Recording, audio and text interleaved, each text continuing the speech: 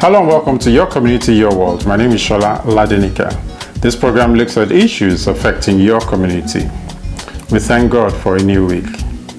The Premier League now resumes on the 17th of June, and I'm sure many of you are looking forward to this. The track and trace system is now up and running in England, and over 26,000 people have now been told to self-isolate. On the 15th of June, non-essential shops will open. The zoos as well as outdoor cinemas are allowed to open to the general public. The year 2020 has been defined by two things. First, COVID-19. It's brought about many changes all over the world. And secondly, the death of George Floyd. Things are beginning to happen.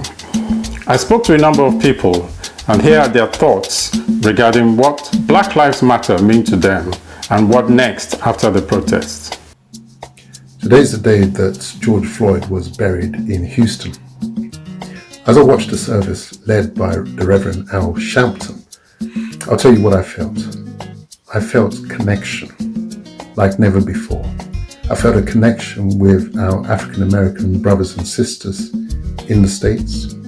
I felt the connection between them and our people back home.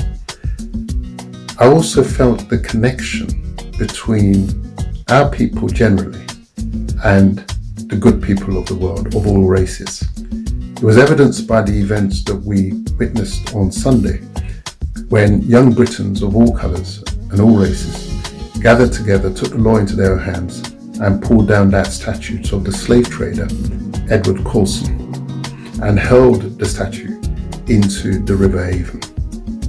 That moment, I experienced a flashback to the history books, the accounts that I read of slave traders like Edward Colson, who would toss and throw overboard Africans on their ships, some living, some dead, tossing them overboard into the ocean and into the Caribbean Sea.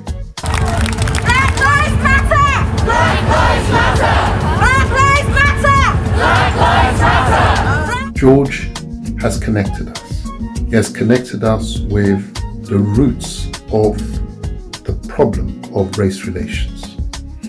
After the demonstrations, what's going to happen? I believe change is going to happen, and change in a major way. Because at the roots of all of these troubles for the last 400 years has been the narrative that was fed into the minds of those who killed George Floyd, and the narrative that was fed into the minds of our people. That narrative of inferiority and superiority. The narrative of one race being better or superior than the other. That is where I see the change happening. That for the first time, we will be able to force through our version of events into the curriculum, into the study programs, right across the world for the benefit not just of our people, but also of the young whites all over the world, because it is what goes into the head that drives what comes out of the head in terms of thoughts and actions.